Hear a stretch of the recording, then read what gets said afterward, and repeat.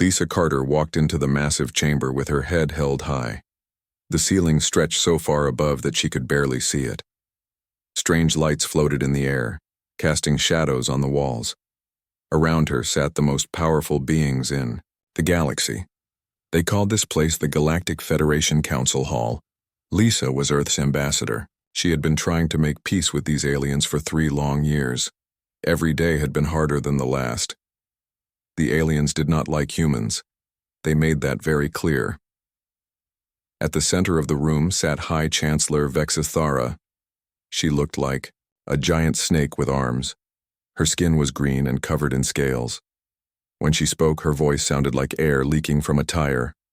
Behind her sat 6 other alien leaders. Each one looked stranger than the last. "Human," Vexithara said, her yellow eyes staring at Lisa. "You have heard our final offer.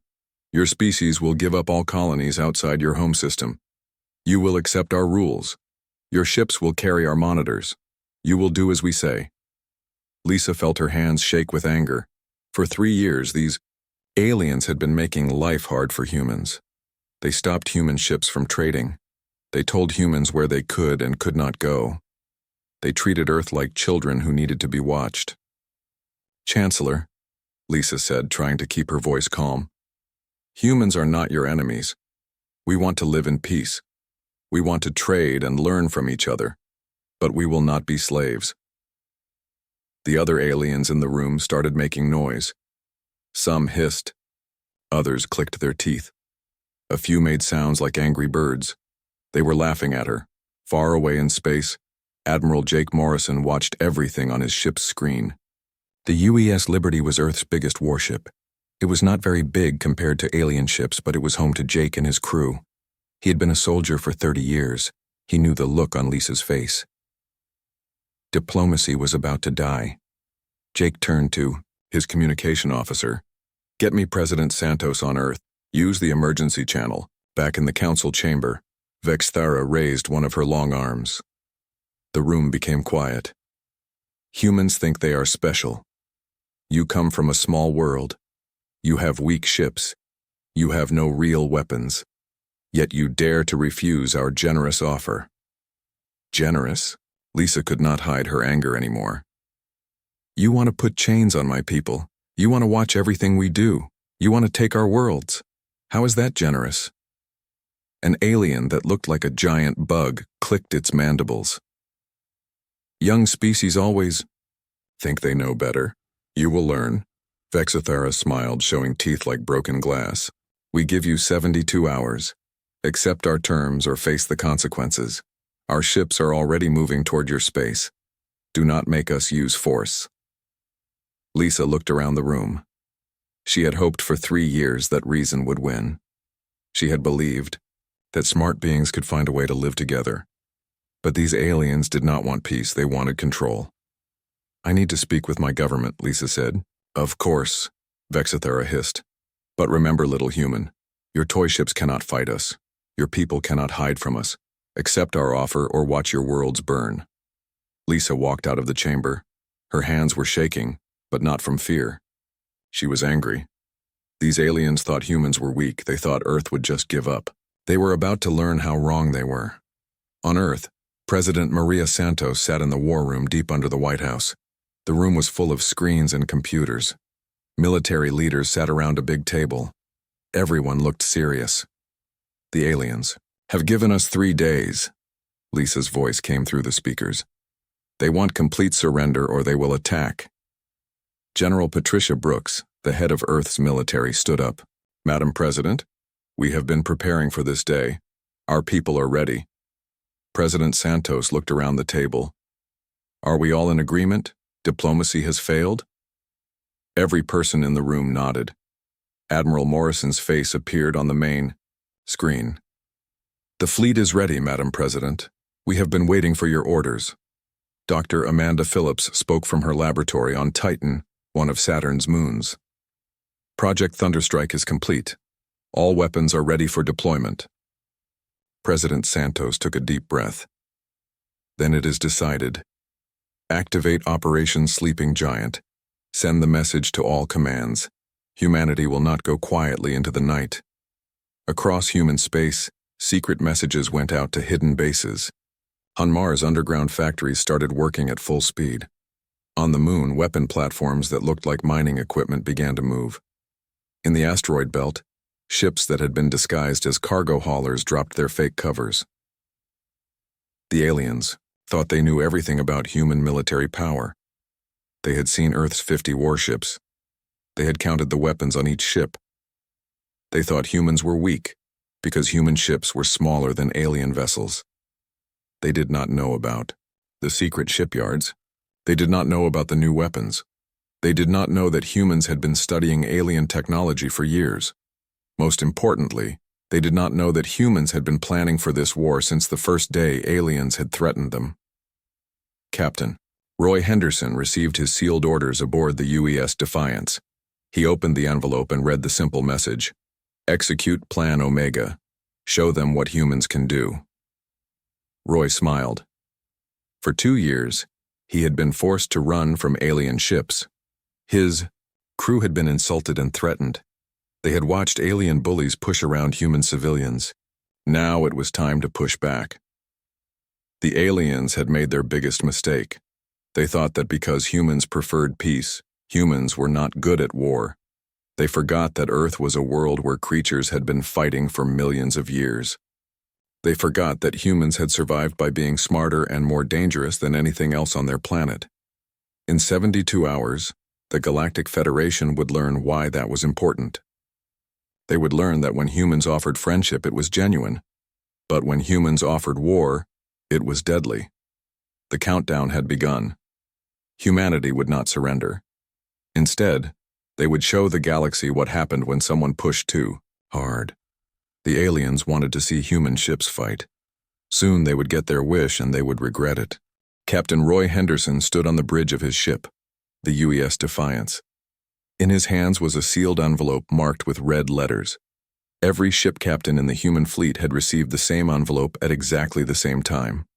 Roy broke the seal and read the orders inside. Execute Operation Sleeping Giant. Reveal true capabilities. Show no mercy to those who threaten human civilians.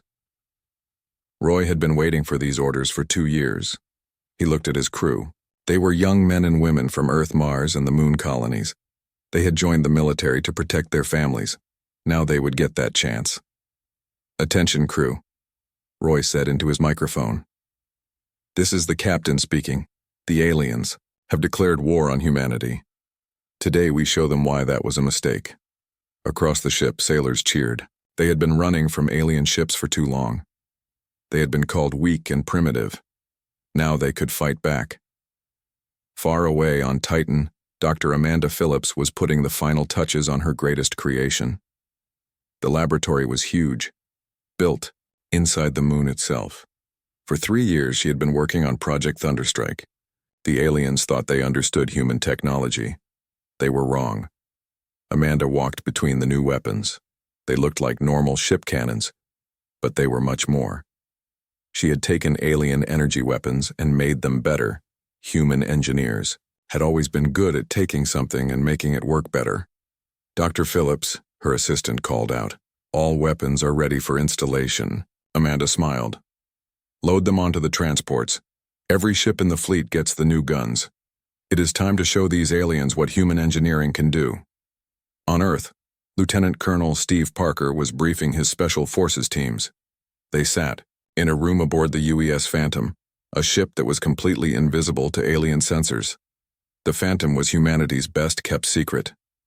"Listen up," Steve said to his soldiers. "The aliens think they know everything about our military. They have seen our regular ships. They have counted our weapons. But they have never seen us." The soldiers were the best fighters Earth had ever produced. They had trained for years in secret. They knew how to fight in space, on planets, and inside alien ships. They were ready for anything. "Our job is simple," Steve continued. "We go behind enemy lines. We hit their command ships. We make them afraid. We show them that nowhere is safe from human soldiers." Meanwhile, the alien fleet was moving toward Earth's solar system. Admiral Kethmore commanded 200 of the Federation's best warships. He was confident that this would be an easy victory. Humans had small ships and old weapons. The Federation had ruled the galaxy for 1,000 years. "How long until we reach human space?" Kethmore asked his navigation officer. 2 days, sir. Our scouts report only 50 human ships. They are spread out across their system. This will be over quickly. Kethmore was from a species that looked like large cats with 4 arms. His people had conquered dozens of worlds. He had never lost a battle. Humans would surrender as soon as they saw his fleet. But Kethmore did not know about the hidden shipyards on the dark side of Earth's moon. He did not know about the weapons factories inside the asteroids. He did not know that humans had been building ships in secret for 3 years. General Patricia Brooks sat in her command center deep under the Pentagon. Screens showed the position of every human ship and base.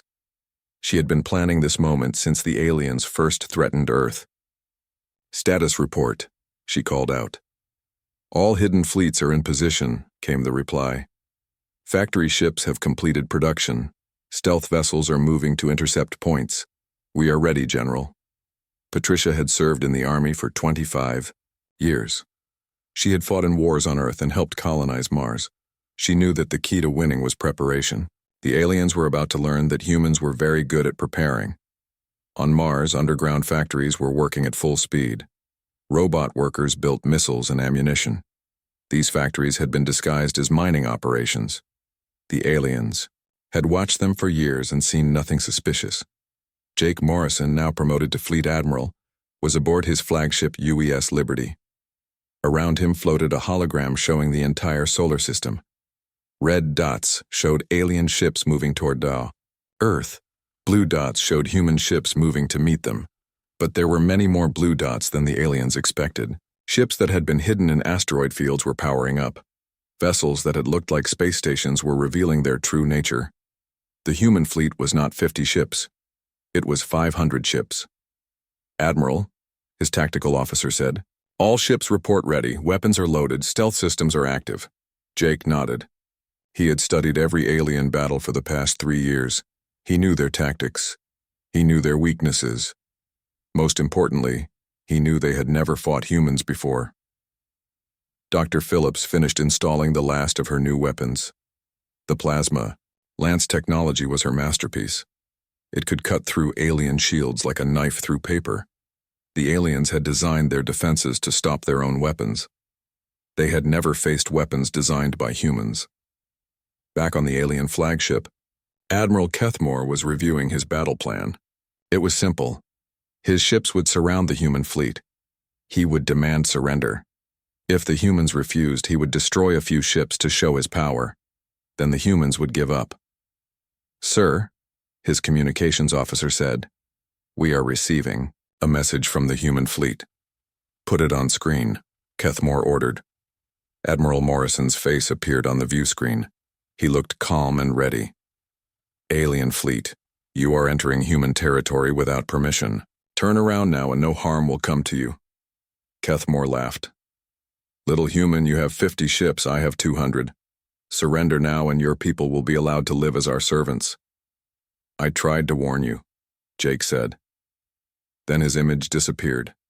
Kethmore was confused. Where was the fear? Where was the begging? Humans were supposed to be weak. They were supposed to run away when faced with superior force. His confusion was about to become terror. All across the solar system, human ships were dropping their camouflage. Weapons that had been hidden for years were powering up. Soldiers who had trained in secret were taking their positions. The aliens had wanted to see what humans could do in a fight. In a few hours, they would find out. They would learn that humans had been pretending to be weak while preparing to be strong. They would discover that the species that had conquered Earth's dangerous wildlife was not going to be conquered by anyone else. The trap was set. The weapons were ready. The soldiers were prepared. Now all that remained was to spring the trap and show the galaxy what happened when someone threatened humanity's children. The calm before the storm was ending. The storm itself was about to begin. Admiral Kethmore was staring at his tactical display when everything went wrong. One moment his sensors showed empty space around the human fleet. The next moment, Hundreds of ships appeared out of nowhere. "What is happening?" Kethmore shouted at his crew. "Where did these ships come from?" His tactical officer was pressing buttons frantically. "Sir, our sensors are detecting massive energy signatures. Human ships are decloaking all around us. We count over 400 vessels." Kethmore felt his blood turn cold. 400 ships? The intelligence report said humans only had 50 warships. How could they have hidden so many? Vessels? Commander Ryan Torres smiled as his ship, the UES Shadow, became visible again. The stealth destroyer had been floating right next to the alien flagship for an hour. The aliens never knew he was there. "Target their command ship," Ryan told his weapons officer. "Let them see what our new guns can do." The UES Shadow fired its first shot. Dr. Phillips's plasma lance cut through the alien ship's shields like they were made of paper. The beam burned a hole straight through the enemy vessel's armor. Alarms started screaming on the alien bridge. "Impossible," Kethmore yelled. "Our shield should stop any human weapon." But the aliens had made a fatal mistake. They had designed their shields to stop alien energy weapons. Human plasma lances worked differently. They combined energy beams with solid projectiles. The alien shields could not handle both at the same time. All across the battlefield, human ships were revealing themselves. Ships that had looked like asteroids dropped their disguises. Vessels that had been hiding behind planets moved into attack position. The human fleet was everywhere. Captain Kelly Morrison led the first wave of human fighters. Her small ship, the UES Wasp, was much smaller than alien fighters. The aliens thought this made it weak. They were about to learn otherwise. Kelly had been flying since she was 16 years old. She had learned to pilot aircraft in Earth's atmosphere, where one mistake meant death. Alien pilots had learned to fly in the safety of space, where there was no weather and no ground to crash into. "All fighters, this is Phoenix Leader," Kelly said into her radio. "Show these aliens how Earth pilots fly." The human fighters moved like angry wasps attacking a bear. They were fast, unpredictable, and deadly. Alien pilots tried to follow them but could not keep up. The aliens were used to slow, careful battles. Humans fought like their lives depended on speed and surprise.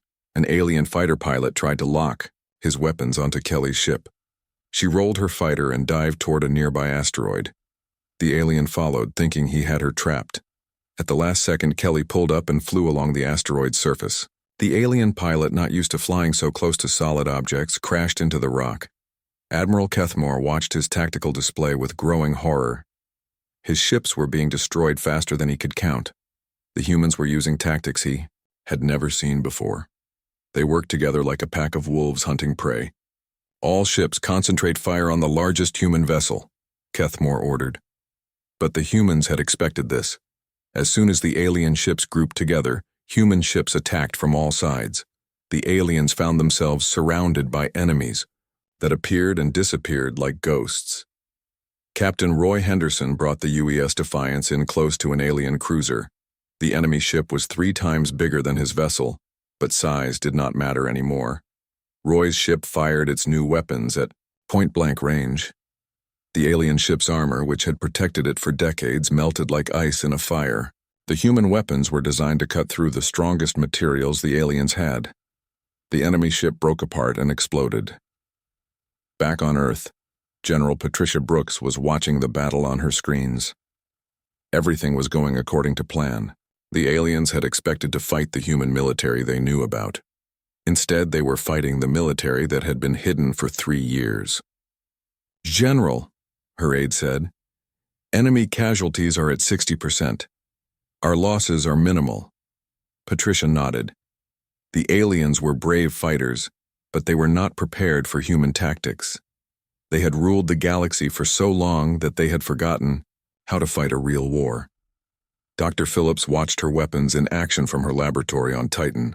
Every shot was perfect. The plasma lances were cutting through alien ships like a hot knife through butter. Years of work and planning were paying off.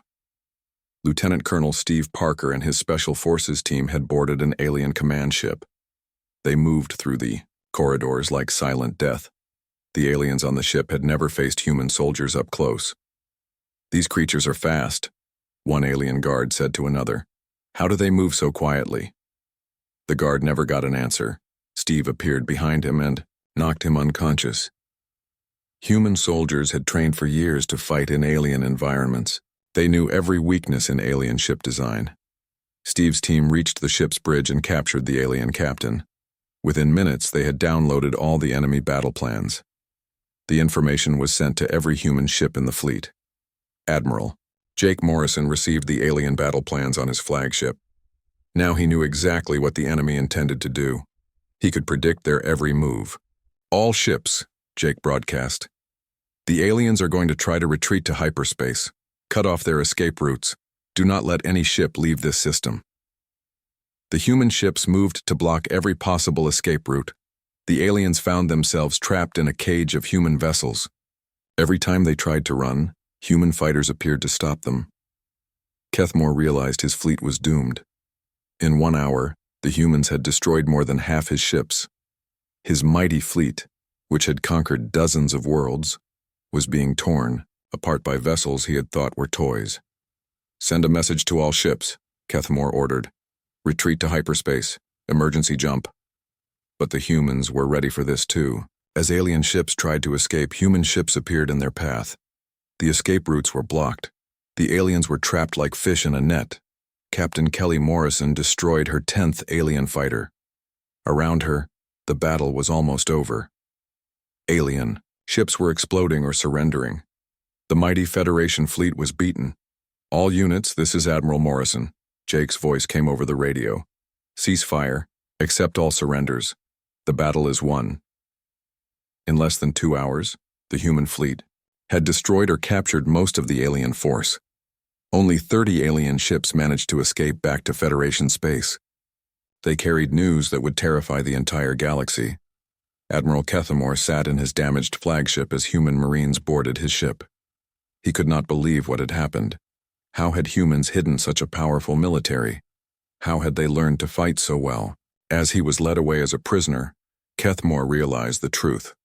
The aliens had made the mistake of judging humans by their peaceful nature. They had forgotten that the most dangerous predators often looked harmless until they struck. The news of the defeat spread across the galaxy like wildfire. The mighty Federation fleet had been crushed by the species they had called primitive. Humanity had announced itself as a new power in the galaxy, and they had done it with overwhelming force. The galaxy would never be the same again. The news reached the Galactic Federation capital in less than a day. The report seemed impossible. The entire Second Fleet destroyed by primitive humans? Admiral Kethmore captured? 200 warships reduced to 30 fleeing vessels? Chancellor Vexithara slammed her clawed hand on the council table. The other alien leaders sat in shocked silence. The insect-like Nexus Queen clicked her mandibles nervously. The rock-skinned Gorath representative scratched his stone hide. None of them could believe what they were hearing. This must be some kind of mistake, Vexithara hissed. Humans have small ships and weak weapons. How could they destroy our fleet? The surviving alien captain who brought the news was shaking with fear. Chancellor, the humans had hundreds of ships. They appeared from nowhere. Their weapons cut through our shields like they were not there. Our pilots could not match their speed. Our tactics meant nothing to them. The Nexus Queen spoke with her buzzing voice.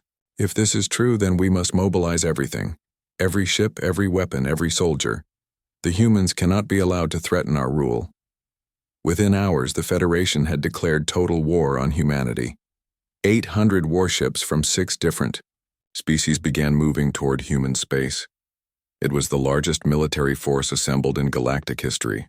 The aliens were going to crush the human threat once and for all. President Maria Santos received the declaration of war in her office. She read it carefully, then looked at her military advisors. The aliens had made their choice. Now humanity would make theirs. How many ships are they sending? Maria asked. General Patricia Brooks checked her reports. 800 vessels, Madam President. They are moving in 3 separate fleets. They plan to attack our colonies first, then move on Earth. Maria stood up and walked to the window. Outside, she could see the lights of Washington, D.C. Millions of people were living their normal lives. not knowing that the entire galaxy was about to fall on their heads. "Send a message to the Federation," Maria said. "Tell them they have one chance to recall their fleets and return to peace talks. If they attack our colonies, we will respond with everything we have." The aliens ignored the message. 3 days later, Federation forces attacked the human colonies of New Austin, New Berlin, and New Tokyo. The aliens expected the colonists to run in terror. Instead, they found people who had been preparing for this moment.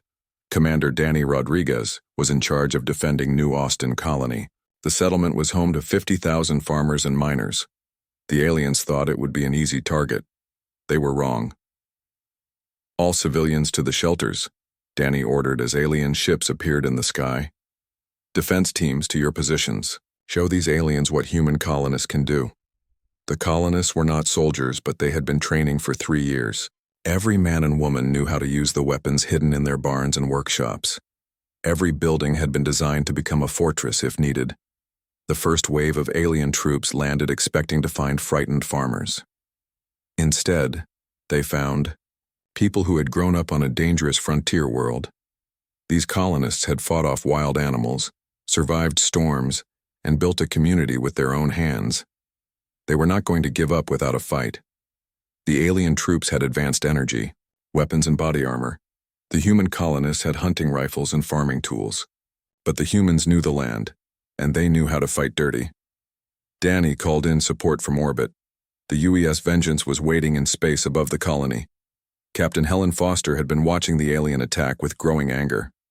"Target the alien landing ships," Helen ordered. "Make them pay for attacking civilians." The Vengeance opened fire with its new weapons.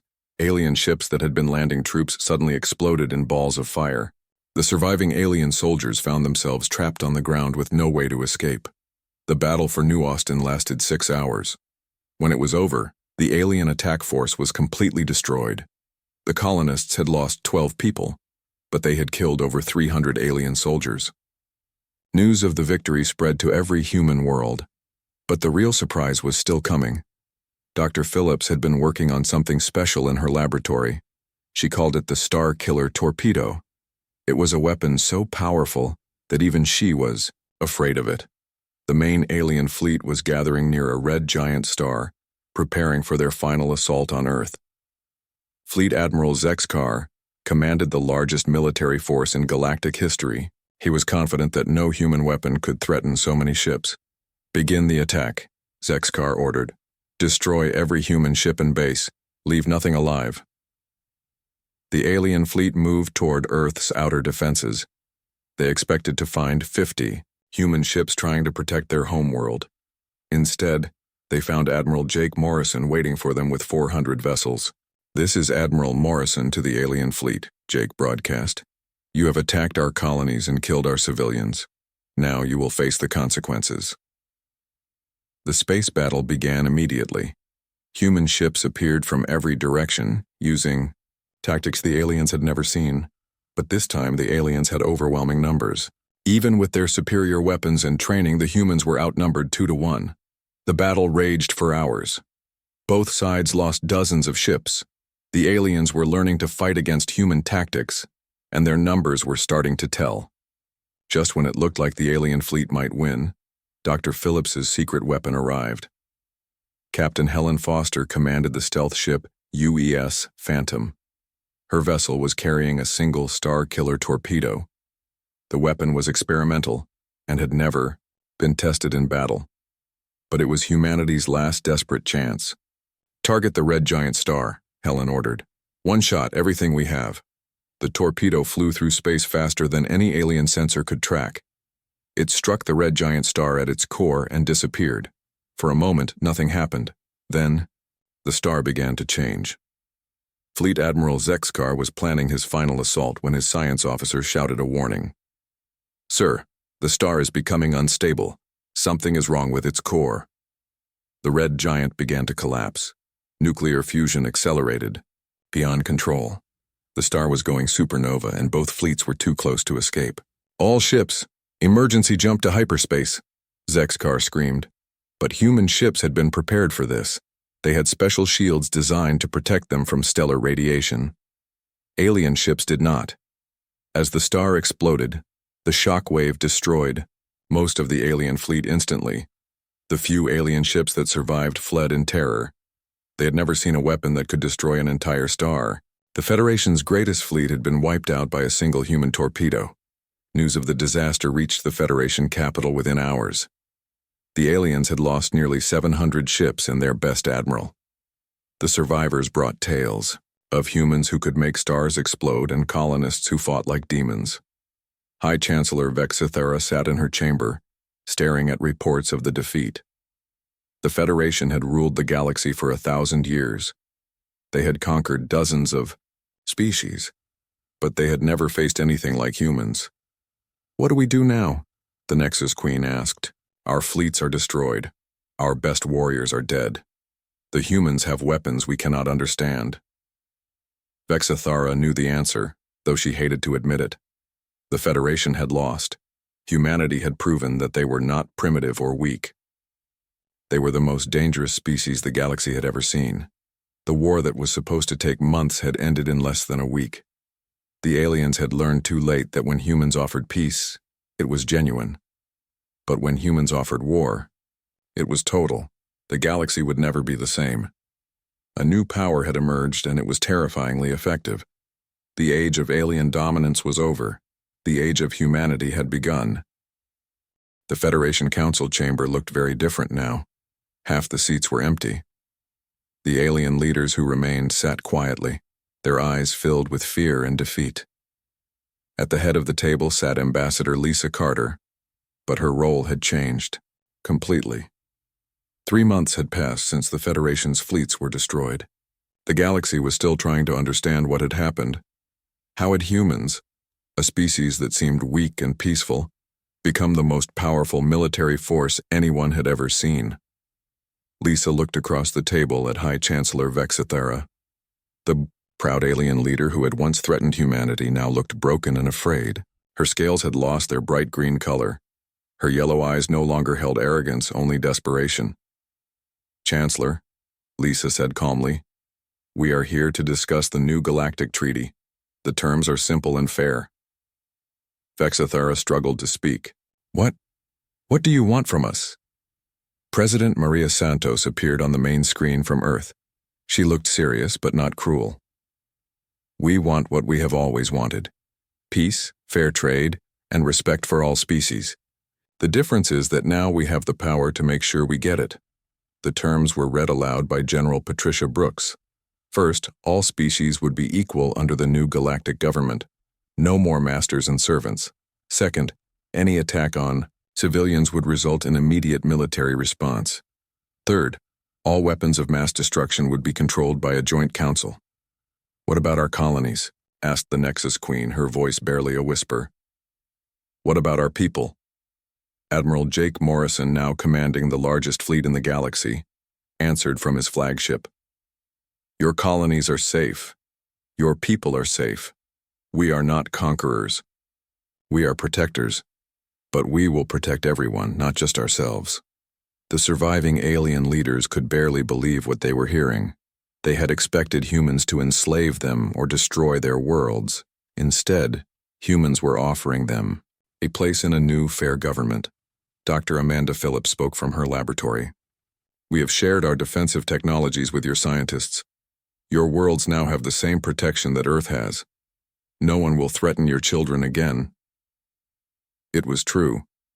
Human engineers had been working with alien scientists to build better shields and defenses. The new technology would protect every world in the galaxy from attack. Humans had turned their weapons of war into tools of peace. But not everyone was convinced that humans could be trusted. The rock-skinned Gorath representative stood up slowly. "How do we know you will not become the new tyrants? You have the most powerful weapons. What stops you from ruling us all?" Captain Roy Henderson, now promoted to Admiral, answered the question. "Because we remember what it was like to be threatened. We remember how it felt when someone more powerful tried to control us. We will never do that to others." To prove their point, humans had done something unprecedented. They had shared their military technology with former enemies. Alien ships now carried human weapons and shields. If humanity ever tried to become tyrants, the other species could defend themselves. Commander Danny Rodriguez had become the governor of the New Austin colony. The settlement that had fought off alien attackers was now a symbol of human determination. But it was also home to alien refugees who had lost their worlds in the war. "We work together now," Danny explained to a group of visiting dignitaries, humans and aliens, side by side. "We grow food together, build homes together, and protect each other. This is what the galaxy should be." The transformation had not been easy. Many aliens still feared humans, and some humans wanted revenge for the attacks on their colonies. But leaders on both sides worked hard to build trust. Captain Kelly Morrison had become the head of the new Galactic Patrol. Her mixed crews of humans and aliens worked together to stop pirates and protect trade routes. The galaxy was becoming safer than it had been in centuries. "It is strange," Kelly said to her alien second-in-command, a former Federation pilot. "A year ago we were trying to kill each other. Now we are partners." The alien pilot, whose name was Kex-Tar, nodded his four-armed body. "I have learned much about humans. You fight like demons when threatened, but you forgive like angels when the fighting stops." The new galactic capital was built on a neutral space station called Unity Station. It orbited a peaceful star system that belonged to no one species. Here, representatives from every world could meet as equals. Ambassador Lisa Carter had been elected as the first Secretary General of the Galactic Alliance. She worked in an office that had windows looking out at the stars. Ships from dozens of species docked at the station every day, bringing trade and friendship instead of threats and demands. "Secretary General," her assistant said, "there is a message from the Outer Rim. A new species has been discovered. They are asking for contact." Lisa smiled. "Send the standard welcome package and make sure they know that the galaxy is a safe place now. No one will threaten them or try to control them." The Galactic Alliance had grown quickly. Every month, new species joined the organization. They came because they had heard about the new rules. Everyone was equal. Everyone was protected. Everyone had a voice. Admiral Jake Morrison's fleet patrolled the galaxy, but they rarely had to fight. The mere sight of human ships was enough to stop most conflicts. Pirates surrendered rather than face human weapons. Bullies backed down when human soldiers appeared. Dr. Phillips had opened her laboratories to scientists from every species. Together, they were developing new technologies that would benefit everyone. Medical advances that could cure diseases, agricultural improvements that could feed entire worlds, space drives that could reach distant galaxies. "Knowledge belongs to everyone," Dr. Phillips said during a scientific conference. "When we share what we know, everyone becomes stronger." The transformation was not just military or political, it was cultural. Human music, art, and stories spread across the galaxy. Alien cultures did the same. For the first time in galactic history, different species were truly learning from each other. Captain Helen Foster commanded an exploration ship that carried mixed crews to discover new worlds. They were not looking for resources to exploit or species to conquer. They were looking for new friends and new wonders. "Every world we find teaches us something new," Helen reported. "The galaxy is so much more beautiful when you see it with eyes of friendship instead of conquest." The old Federation leaders had been given new roles in the Alliance. Those who had committed war crimes were punished, but fairly. Those who were willing to work for peace were given chances to prove themselves. High Chancellor Vexithara had become an advisor on interspecies relations. She used her experience to help prevent conflicts between different cultures. It was a chance to make up for her past mistakes. "I spent my life believing that strength meant domination," Vexithara said during a council meeting. "Humans taught me that true strength means protection. True power means helping others find their own power." 5 years after the war, the galaxy was at peace. Trade flourished between worlds. Scientific cooperation had advanced technology by centuries. Most importantly, children of every species grew up knowing they were safe. President Santos gave a speech on the anniversary of the war's end. "We did not seek to become the galaxy's guardians, but when someone had to stand up to bullies, we stood up. When someone had to protect the innocent, We protected them, and when someone had to build a better future, we built it together. The lesson had spread across the stars. Diplomacy was always better than war. But when diplomacy failed, it was good to have friends who would stand with you. And it was very good to have those friends be human. The galaxy had learned that humans were not just good at war, they were also good at peace. They were good at forgiveness. They were good at building something better from the ashes of something broken. The age of fear was over. The age of hope had begun. And at the center of it, all were the humans who had proven that sometimes the only way to create peace was to be ready for war.